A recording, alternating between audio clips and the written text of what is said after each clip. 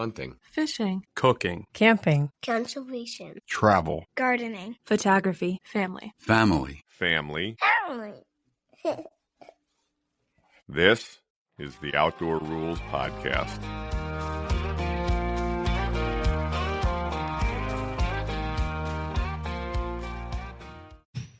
Hi, everybody, and welcome to another episode of the podcast. I am very happy to bring you this one. Lots of guests here. Who's here? Me.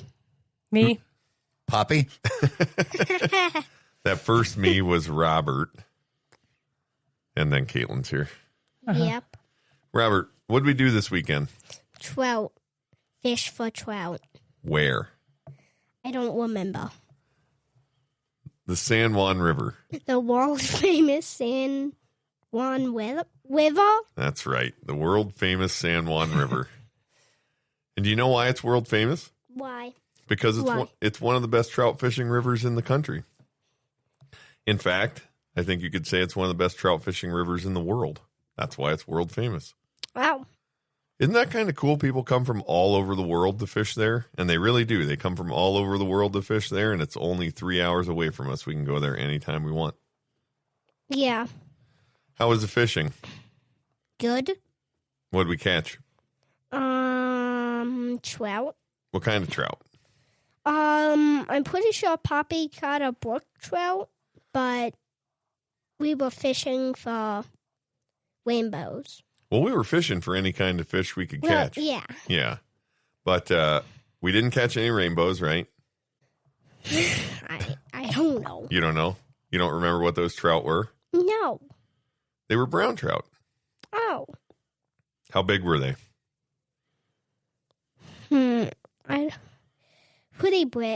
Pretty big. You have any guess on how long in inches the biggest one was? No. Poppy, how big do you think the biggest one was? 18 maybe? Yeah, I think I said 17 to 19 when I was talking about it today. Sounds like 18.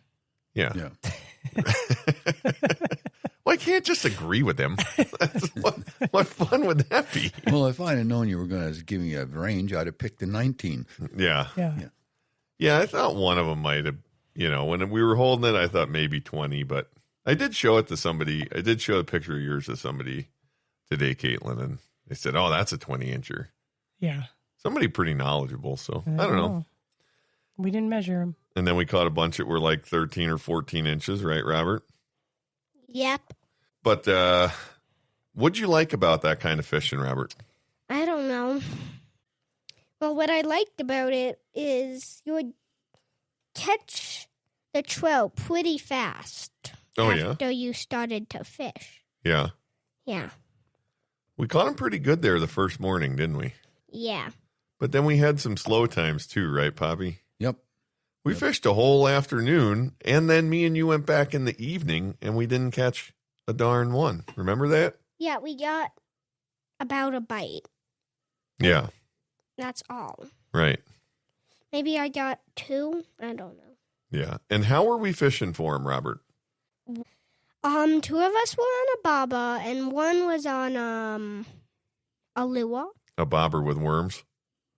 Yeah, a bobber with worms, and one was on a lure. Who fished with the lure mostly? Poppy and me, I guess. Yeah, you did. You fished with the lure at the end, but Poppy fished with the lure almost the whole time, right? Yeah. What were you fishing with, Poppy?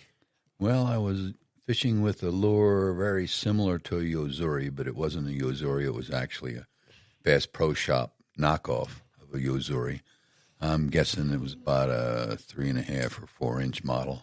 A Pins minnow? Yeah. Yeah. So a little jerkbait. Yes. Yep. And Mostly. Mom and I fished with small worms under bobbers, right?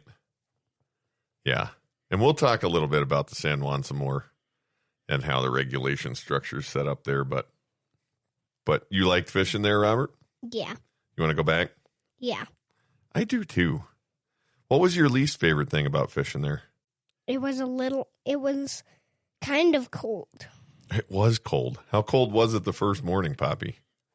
I think it was 14 or 17. Yeah, when I went out the first morning. I got up and it was like 5:30 in the morning, and Poppy had his headlamp on because it was still dark and it was 14 degrees outside, and he was headed to the river fishing. I think he's a little crazy. What do you think? Yeah. Do you remember what was hard about fishing when it was that cold, Robert? No. Oh, your line would freeze. Yeah, you get ice in your fishing rod guides, and your line would freeze in there. That was no fun. No. No, but it was still fun. Yeah. Yeah, the part where it got ice in it wasn't. Yeah. But fishing out there was fun. You and Emmett both stayed out for a long time while it was cold in the morning, huh? Yeah. Yeah. What else did we see while we were along the river? What did you and I see that evening? Turkeys. A bunch of turkeys. Yeah, and yesterday, the day we left, me and my little brother named Emmett got really close to a couple deer. How many deer were there? I'm pretty sure I heard Mima and Poppy count 10 or 9. Yeah. Yep. I think I counted 10. And I got to give your little brother credit. He's the one that saw the deer first. Yeah. Yeah. That's right. He was coming down the steps inside the house He was and like, saw the deer outside the window. and then he was telling us something, and then he went like, deer. Yeah. I don't think he had any pants on at the moment he said it either. Well, Robert, I'll tell you what one thing this weekend confirmed for me. You have the fishing bug. You were upset a couple times when we had to stop fishing because you just wanted to keep fishing, didn't you? Yeah. Well, it sure was fun to get to fish with you and Poppy and your brother Emmett and Mama all down there on the river, wasn't it? Yep. I hope we get to go back and do it again, huh? Yeah. Me and Poppy were talking about it today. We were talking about the next time we go up there, what we'll do. Maybe we'll go up when there's frogs out. Ooh. Ooh. Ooh. Thanks for being on the podcast, buddy. You're welcome. All right. Go have fun with your brother. Okay. Yeah, that went well. You know what Robert told me he thought he needed? What? Guess. What piece of fishing equipment is he interested in acquiring? I know now? what Robert needs. What do you think What's he needs, that? Poppy? After being out there those 2 days with you two on the river, what piece of fishing equipment do you think he a pair wants? of waders. He needs a pair of Yes, waders. that's what he told me. He had not told me that, but He yeah. told me. Yep. It's pretty great. He did really good. Mm-hmm. He's a fisherman, huh? Yeah, he did really well. Yeah. Because it was cold. Yeah. I mean, even yesterday morning, which was not nearly as cold as the first morning, it was still cold out there. It was chilly in the morning. Yeah. It probably helped that the house was that close. Yeah. Absolutely. I feel like for them, because they knew they could go back, so they weren't thinking about how cold they were. Right. Yeah, that was a really nice place to stay. We stayed, what was it, maybe 80 or 100 yards from the house to the river. Yeah, I would think so. Yeah. And we were pretty far down the river. I do want to talk a little bit about the San Juan and sort of that setup. But Poppy, why do you think that's a world famous trout river? Well, what I've read about it is it has the most trout per mile of a lot of any other river. I think that it's I think it's great because it's right below Navajo Lake, which is another place I always wanted to get to. So I got to see Navajo Lake this weekend too. So that was another plus. Yeah. I think it's always like, I feel like it's not as much anymore. I feel like 20 years ago, there was this kind of like contest or competition about which river has the highest density of trout. And I feel like I don't hear people talk about that anymore. You know, like nobody's, I don't know. I don't feel like I see it compared to other rivers, but the thing that you mentioned, I mean, it's got an incredible density of trout in it. It's crazy. I think it's something that I read when you were moving to New Mexico. Yeah. You know, which has always made me think, we want to get up to the San Juan and see what that's like. So, Right. You know, they always talk about the Miracle Mile in Wyoming, which is on the North Fork of the Platte, you know, is one of the other places. But what they have in common and the reason it's an amazing trout fishery is because Navajo Dam is there, which we saw the sign. Do you remember when was Navajo Dam built, Caitlin? Was it 53? I think it was later than that.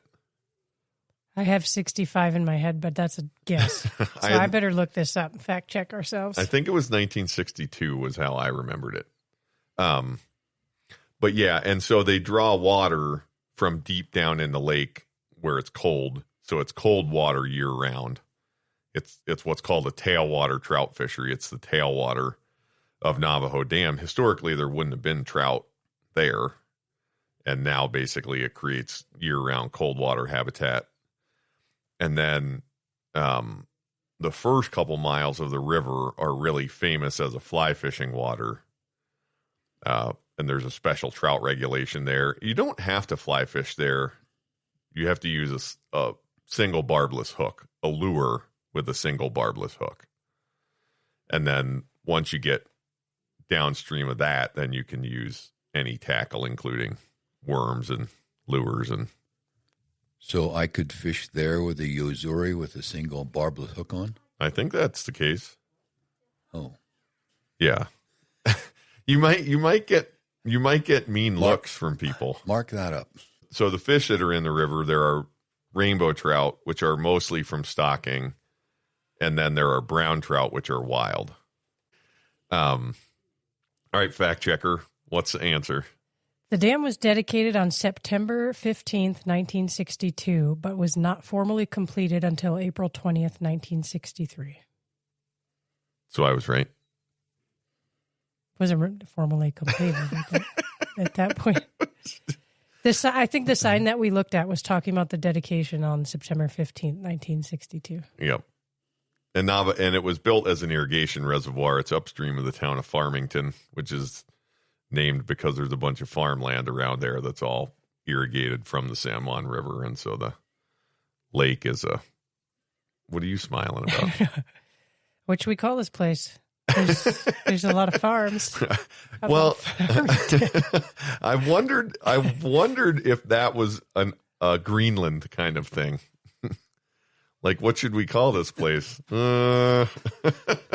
Let's call it Greenland so we can get people to come here. Maybe if we name it Farmington, sure. it'll make people want to buy land. Because it is, it's a pretty arid climate, but there are irrigated farms down there.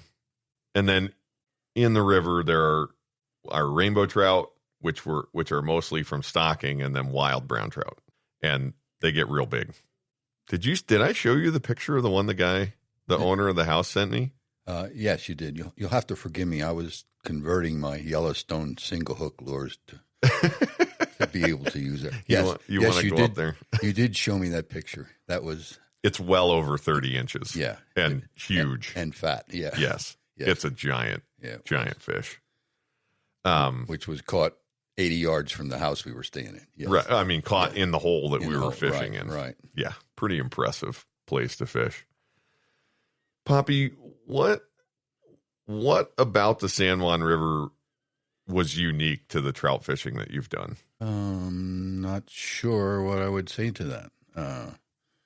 It was like a trout stream somewhere at home, at some places.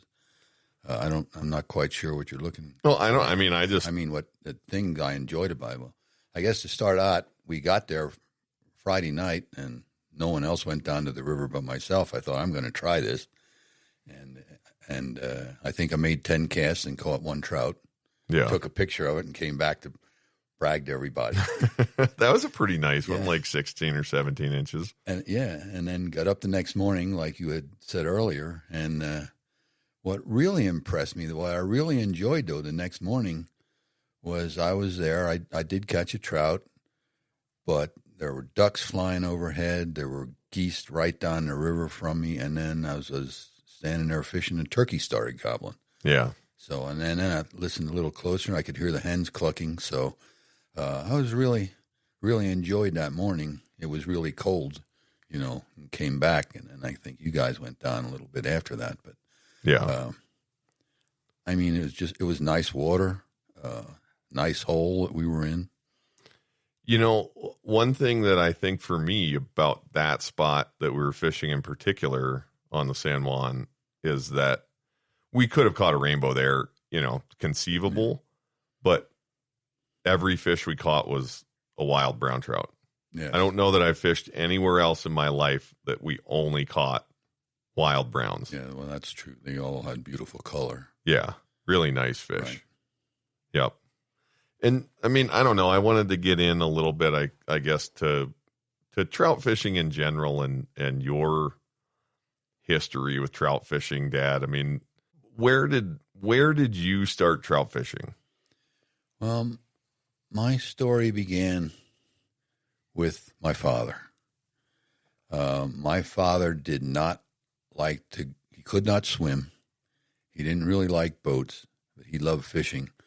So that was his passion for fishing when I started, when I was little. We did go out sometimes for sunfish, you know, because I was small and he wanted me to catch fish or whatever. But his passion was trout fishing, and that really got my fishing passion going.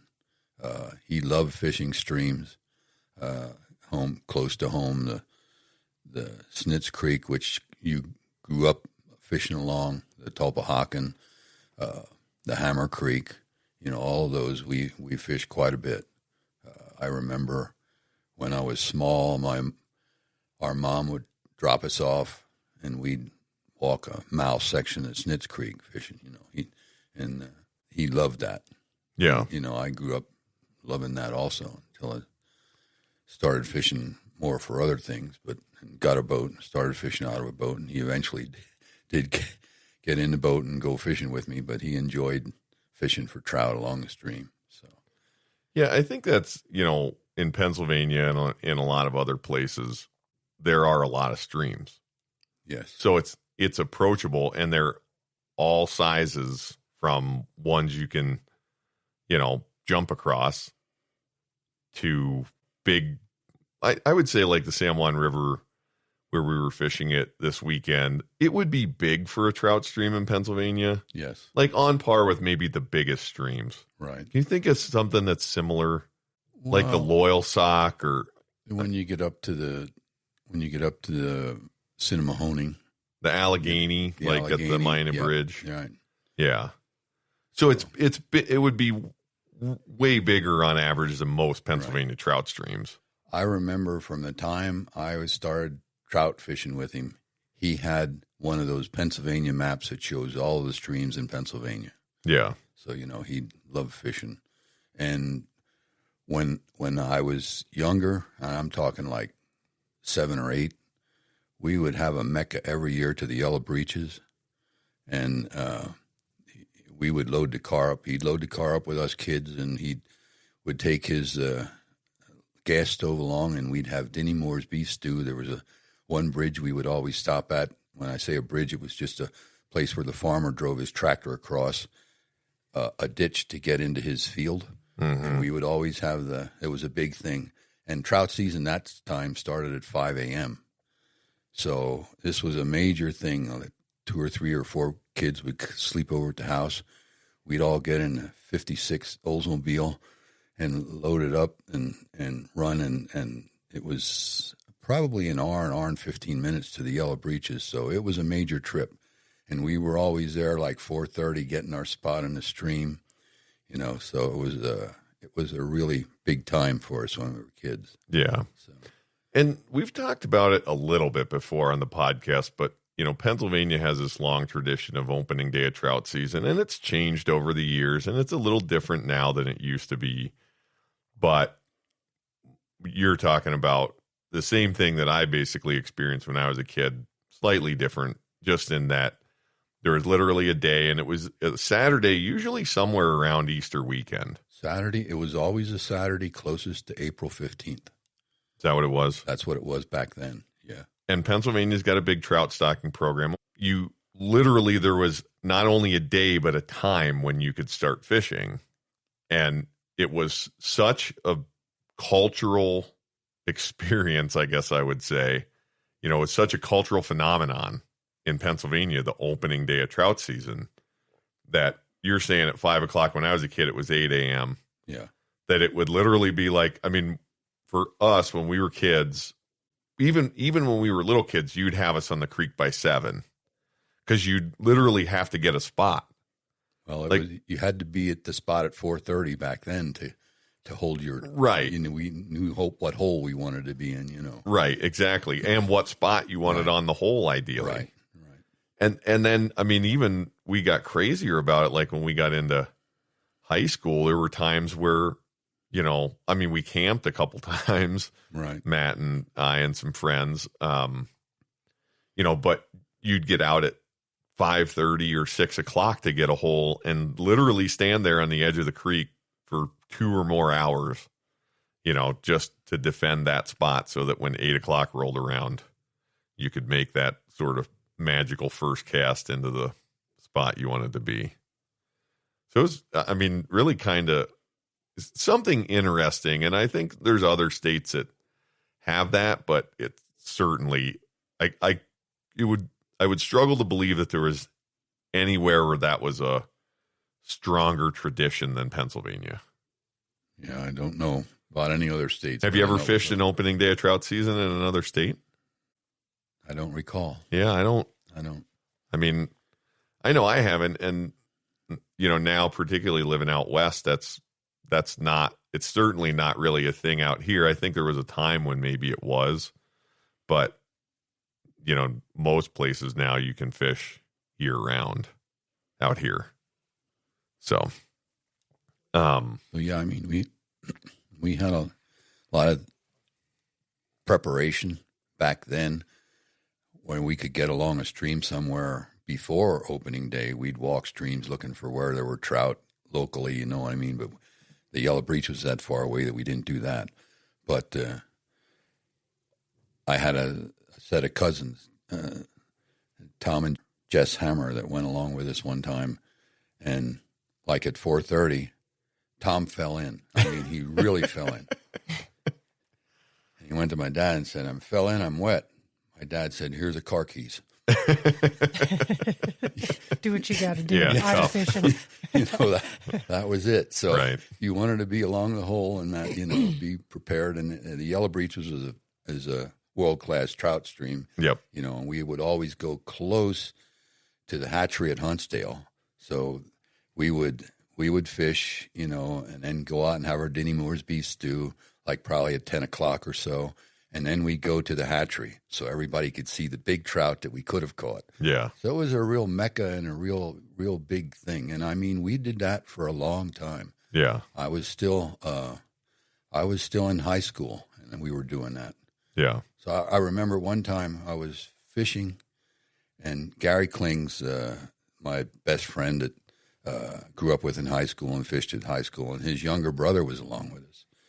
And similar to what my father used to do, he'd be standing at a hole and he'd catch 3 or 4 fish out of there. And I'm getting frustrated because I couldn't catch anything. So that particular day, I was catching fish and Brian wasn't. Brian said, "What are you doing?" I said, "Well, are you sucking your salmon eggs before you put them in the hook?" And I looked at him, and he had a salmon egg in his hand. I said, no, don't do that. Oh, that was nice. So, but that was on the Yellow Breeches one, and I think I probably was 18 then. Yeah. I think it's one of those things that as the world turned a little bit towards fly fishing, I think that there's a group of people out there that really look down on bait fishing for trout. And there's a degree to which I get that, but really good trout fishermen, guys who really know how to fish with bait, there is an art to that. It is not just putting on a heavy weight and throwing a hunk of power bait out on the bottom. Right. That can work. There are times and places where that can work. But like you're saying, you can stand there and watch. And my older brother, Matt, your oldest son, Yes. is one of those people that you can stand there and watch and feel like I am doing exactly the same thing as him. And it's something about feeling the drift. There's an element to it And, I think a little bit of that this weekend. I mean, Robert said we're fishing with a bobber and a worm, and that is true. But I think people imagining standing on the edge of a lake and throwing a bobber with a worm out and, that's what we're doing. That's not what we're talking about. How long did you do it, Caitlin, before you finally hooked one? Well, I didn't hook anything the first day. My first cast, I got a hit that I missed. That's always bad. And then nothing else the rest of that first day. And then the second day, finally got one. Yeah, it probably took you 3 or 4 hours to catch a fish doing it. Maybe, yeah. Yeah, I mean, and in that same 3 or 4 hours of, like solid fishing, I caught 6 or 7. And I'm not saying that like that I caught more than you. I'm saying like it took 6 or 7 hours of continuously casting and drifting to catch the same spot, the same, the Pretty same much. big hole. Yeah. To catch those fish. It's like you got to get the weight right. You got to get the drift right. You got to know how to man So line. what were you doing better than me? Well, when I was, Because I totally agree with you. yeah, when I was watching you fish, I thought you were doing everything really pretty well. I would say maybe just a little bit like I talked about a current seam and fishing the edge of the seam. Mm-hmm. So like when you look at the hole, the river's coming down and the real fast water's in the middle, right? And then as you get out towards the edge, it gets slower and slower. But there's kind of there's a place, and we call it the seam, where it really noticeably changes from faster to slower. Right. Like if you're a foot on the other side of it, your bobber's going by you real fast. And if you're a foot closer to yourself, it's almost not moving. And it's really like a lot of fish to feed hang out in that seam, in that little bit of a current break. They're kind of hanging out on the slower side a lot of times where they don't have to work as hard, but the food is being washed by them on the slightly faster side. So you just fish right on the very edge of that, like right on the seam. And then it's really all about, I guess it's all about 3 things or something, Dad. I don't know. You can tell me if you think I'm right about this. One, it's about how you present the bait. So like you gotta, we're fishing a bobber. You got to have the right amount of line out, and you got to have the right weight on to get down so that the worm's essentially almost bouncing along the bottom, but not getting hung up. And then it's about keeping the bait in that seam, in that good spot for as long as you can in the drift. So maybe that's strike just zone. Yeah, maybe that's just 2 things about presenting the bait and keeping it where the fish are really looking to feed. Yeah. Because when it's out in the slow water and it's just a worm hanging around there floating around, it doesn't look natural. The fish doesn't look at that and think, oh, that looks like something I'm going to eat.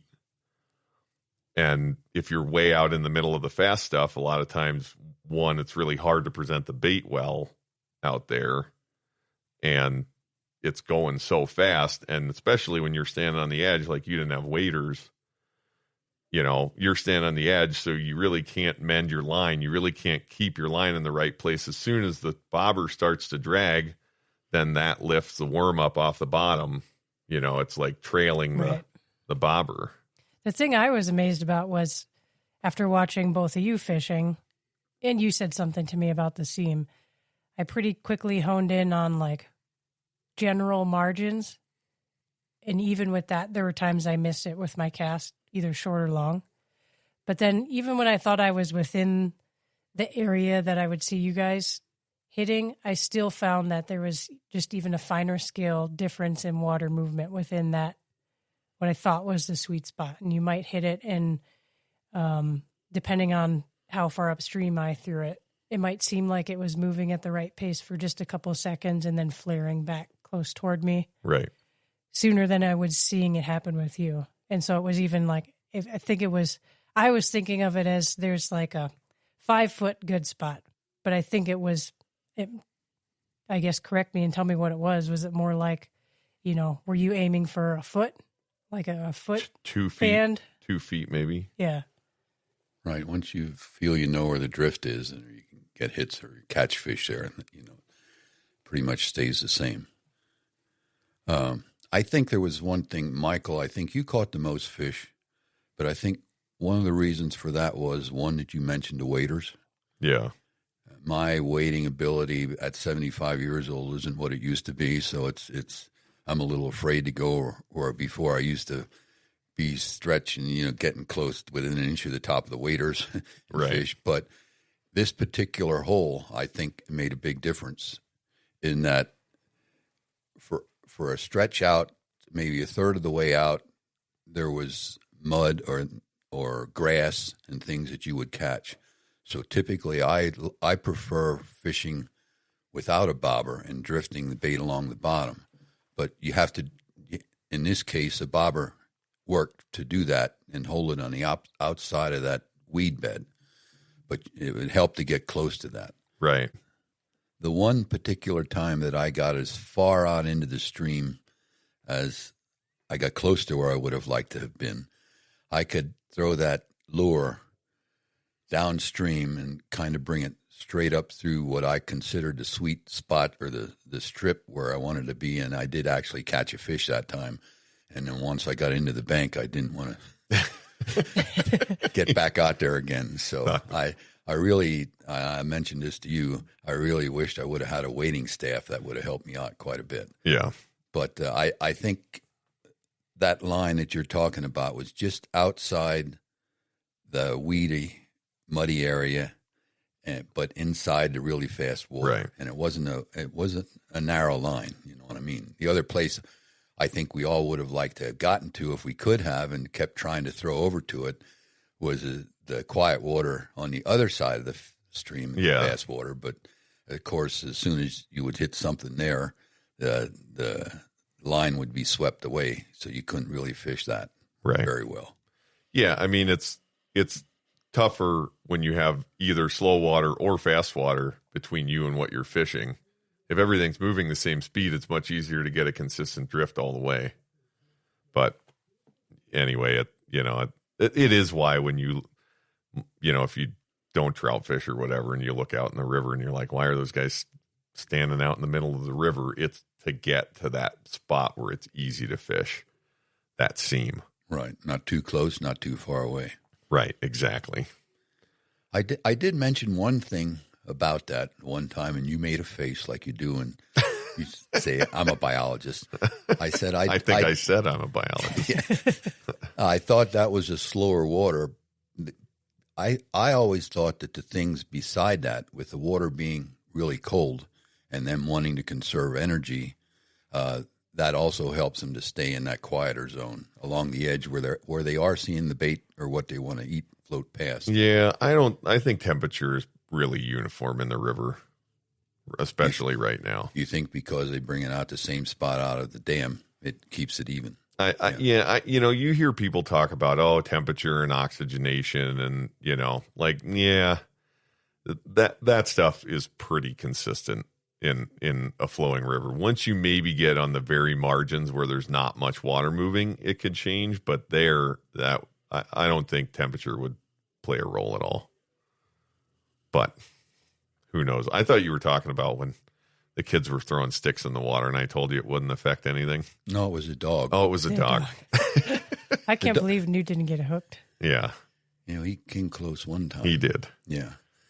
I have, if you go up, and I told you this, Dad, if you go up and fish in the special trout water, what you will observe, and everybody observes it, and everybody's amazed by it, including me, is that you will have 20-inch fish come up and hold. If you're standing knee deep in the water, so you're only in 2.5 feet of water, you'll have fish come up and hold in the slight calm spot behind your waders. Like the first time I was up there, something bumped me on the leg, and I was like, what the heck is that? And it was a 20-inch fish.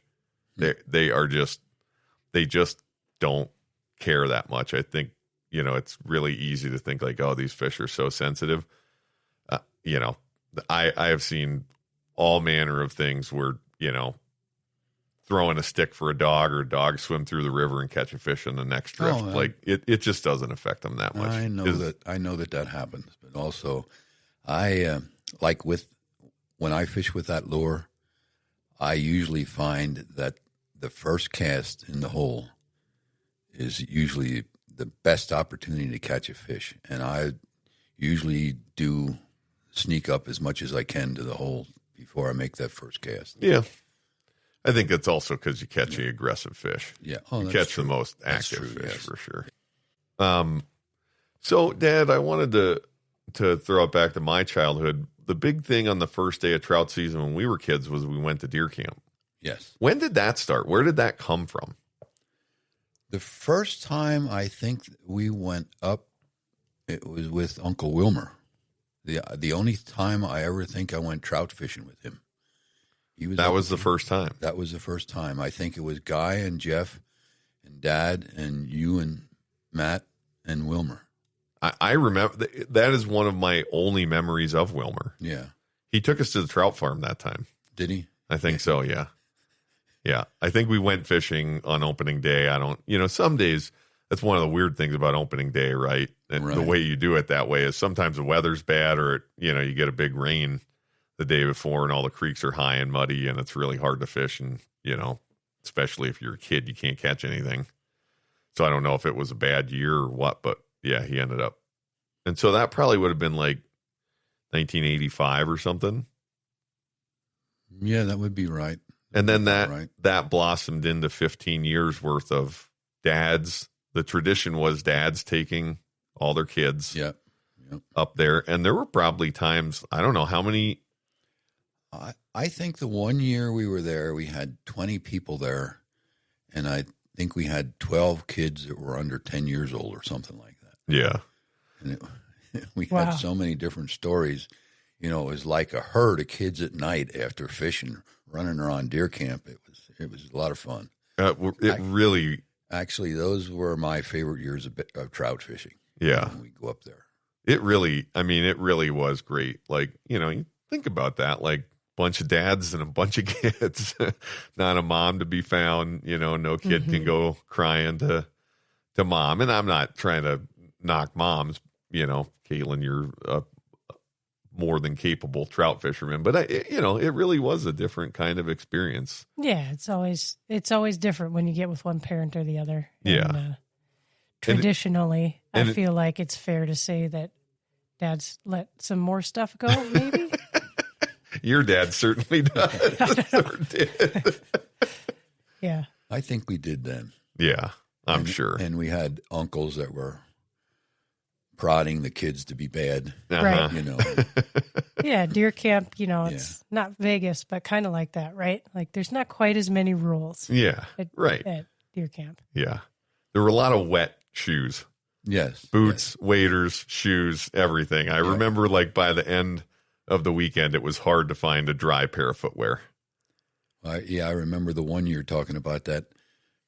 Bill Matthews went along and he took his daughter along. Yep. Kate's friend. Well, Kate and Meredith were there. And Meredith fell in first thing in the morning. And her dad said, well, you got to get dry socks. And she said, I put all 5 pair of my socks on. Get them all, get it out of the way. Get them all wet at once. Yeah. No, I think that was really special and formative for me. I think those are the kind of experiences that really kind of made me who I am in terms of the outdoors, and just that, like, this is a family community kind of thing. Yeah. Because it was, I don't know that it was 50% girls, but it was, it certainly wasn't just boys. It was all kids. And a variety of people. Walter Francis would go along. He was a retired older gentleman. He didn't have any children along, but he always liked the rule boys. But I remember the one year that, like I heard, it was like a herd of kids running around, and it was loud. And finally, they all went to bed, and Walter said, that's it. When I get home, I'm getting a vasectomy. He was about 70 then. He was 70. Yeah. But he was a good egg. Walt Francis was a good egg. What do you think you've done more trout fishing in your life than any other kind of fishing? In the early years, yeah. Yeah. Especially until I got old enough to get a boat. Then things started switching over around the time I got married and got a boat. We started fishing more in the saltwater. Yeah. Before that, we fished saltwater too, but I think not so much lately. I don't have as much interest in it because of fishing with a boat and bass fishing and things like that. But I'd be hard to say. Yeah. I've enjoyed all kinds of fishing. So. Well, yeah, I didn't really mean like, do you enjoy it more than any other kind of fishing? I just meant, do you think, if you looked at the individual types of fishing and all the individual types of fishing, do you think you've spent more time trout fishing than anything else? I couldn't say. I don't know. I mean, we also fished like the Swati near us when I was a kid when we get a chance, and fished the river and all that. But the excitement in trout fishing always was opening day kind of started fishing season when I was younger. Yeah. So, yeah. That was like the end of winter and now it's fishing season. Right. What about you, Mike? I mean, certainly the same way that Dad put it. When I was younger, yes, and it was also sort of something that we held in really high regard. I think probably I've spent more time trout fishing than any other single kind of fishing. I mean, I spent a lot of time on the river, smallmouth fishing on the river, but then that was like a reasonably short period of my life. You know what I mean? Like a lot of that was between the time we could drive ourselves, and we did it. You guys took us there, and there were some summers we did a lot of it, but there's always been some level of trout fishing, particularly because, and for me, I moved out west when I was a young man, and, I spent a lot of time fly fishing when I lived in Yellowstone and lived in Montana. So yeah, I think I've spent more time trout fishing than any other singular kind of fishing. If you ask me like, what's my favorite kind of fishing, it'd be more of an equivocal answer, like Dad's. And in fact, sometimes I'm like, I don't really, I don't really get that excited about trout fishing, but then I get on a river and I'm like, yeah, I do kind of love this. Yeah. So it doesn't matter where I'm fishing. I get that feeling. and I mean, I think I've become more of a person that looks for larger fish to catch. Yeah. Which is one of the reasons I enjoyed the trout fishing here. I think the average was much bigger than what we would catch at home. So I don't get as excited anymore going and catching 10 and 12-inch stock fish, the river where you're at, like this one, and catching natives, and it makes a big difference to the way I feel about it. But to go back to my fishing, I said about my father and trout fishing, that's what started it on. But as I got older, we started fishing a lot more at the river. Mm-hmm. And again, when we would fish in the Susquehanna River, where one of the early podcasts we talk about fishing right below 3 Mile Island. Well, we fished right below 3 Mile Island before they put the power plant there. And that was one of the places where we could go, where we would walk out onto the rocks. On the way to the river, we would stop at a stream somewhere and dip 2 buckets of minnows and then carry them out onto the rocks and fish off the rocks. That was something that he loved to do. And, of course, I grew up loving that, too. Yeah. Got me in the river. What is it about trout fishing, though, specifically that like's nostalgic for you or that you find inspiring, or what's the thing that you do love specifically about trout fishing?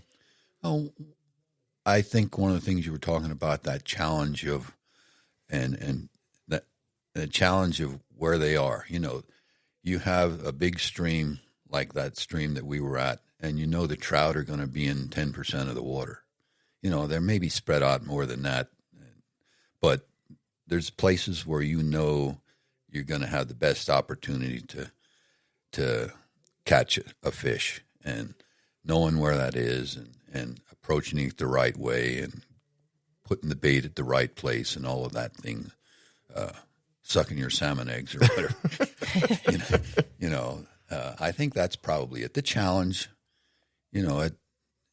I can have as good a feeling sometimes if I go out and know that there's one fish somewhere that I can challenge, you know what I mean? Yeah. Catch. I don't know if you remember there were times when we would go up to deer camp in the summer. And you guys didn't always go along, but if I would know there was one big trout somewhere, I would constantly try to go see if I could catch that one. Yeah. I think it's just that challenge. Any fishing, the challenge to, catching the fish. Yeah, it is. I mean, the San Juan is special in that way, and that, idea that you legitimately could hook a 30-inch, a wild 30-inch fish, on any cast is pretty hard to beat. Caitlin, did you guys fish for trout when you were kids? Not really. I'm sure I probably caught stock trout or something at some point, but I don't have a specific memory of catching a trout as a kid. Yeah. A lot more what we were doing was, lake fishing. So my dad didn't really get into fly fishing till later on. And at that point I was too busy with other activities to really partake in it. So I don't really remember targeting trout until moving out west. It's a good way. It's a good place to start trout fishing. Yeah. Start a 5-minute walk from the Yellowstone. Start on the Yellowstone River. Yeah. Yeah. But to me, even though I haven't been doing it for as long and certainly still have a lot to learn, I guess that's part of it is the challenge of reading the water and knowing that there's a lot to learn broadly. And then even on the, day scale in the specific spot you're fishing. But to me, the thing you get out of it that you don't get out of boat fishing or even fishing a lake from the shore is you feel a little bit more immersed in nature, I think. Yeah. You're grounded. If you're wearing waders, you're in the water. You feel the water. And so I guess to me, that's what makes trout fishing in rivers special. Yeah. I think I'd add to that, saying that made me think of it. I think I enjoy fishing the river for bass, a stream for trout, more than a lake, because I enjoy reading the water. Yeah. I was thinking about this and what you said, Caitlin, about being immersed. I think it's really hard to stand in a river, hip deep in a river, and not feel time going by. Every cast is a moment, and you're always looking for the perfect cast, for the perfect drift, for the perfect moment. And sometimes you make that perfect drift and you're rewarded. And sometimes you make that perfect drift and you're not. And sometimes you make a bad cast. Sometimes that bad cast ends up being a big fish. And so I think it's really hard for me to stand in a river and not feel this connection both to nature and the fish, but also at a time and the past and the future too, because you're trying to be in that moment, but it's hard not to think about what happened on the last cast, the last fish that you missed, but you're also thinking about what the next cast is going to be. And I think that's probably part of why trout fishing has been, used like relatively often and relatively effectively as a literary device too. Mm-hmm. I think Ernest Hemingway wrote about trout fishing. He wasn't writing about trout fishing. Trout fishing was a literary device, and I think there's all these beautiful novels. I think James Thomas Duncan wrote a book called The River Why, which again, it's like ostensibly it's about trout fishing. And it's actually a very funny book too about a bait fisherman and a fly fisherman getting married, which I kind of love as a device. But also, I think that the most beautiful piece of prose in all of American literature is out of the most famous quote unquote fly fishing book of all time. You know what I'm talking about? The river runs through it. Yeah, it's out of a river runs through it. It's hard to do it and not just feel connected to the past and the future. And What's funny to me about all that is when I'm thinking about things whizzing by in that sense that the world keeps spinning, time keeps going, it almost cements me more in the present, which makes you more connected to nature in that moment and where you are on Earth right there in that one cast that you're about to take. Yeah. Yeah. I feel that about being present, but I also feel like somehow in that presence, I can feel my grandpa. Sure. You know what I mean? Like I can see my older brother. Yeah. You know what I mean? I just feel connected in a way that maybe I often don't in other kinds of fishing.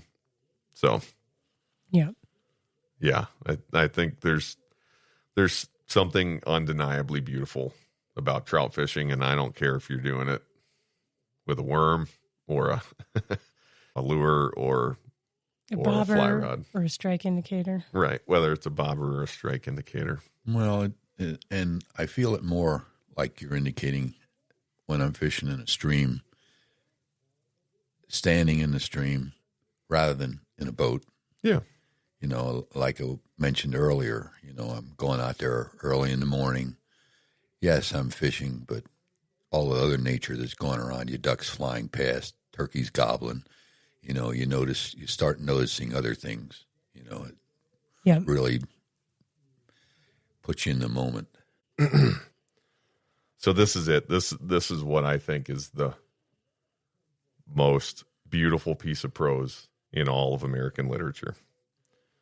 Then, in the Arctic half-light of the canyon, all existence fades into being with my soul, and memories, and the sounds of the big Blackfoot River, and a 4-count rhythm, and the hope that a fish will rise. Eventually, all things merge into one, and a river runs through it. The river was cut by the world's great flood, and runs over rocks from the basement of time.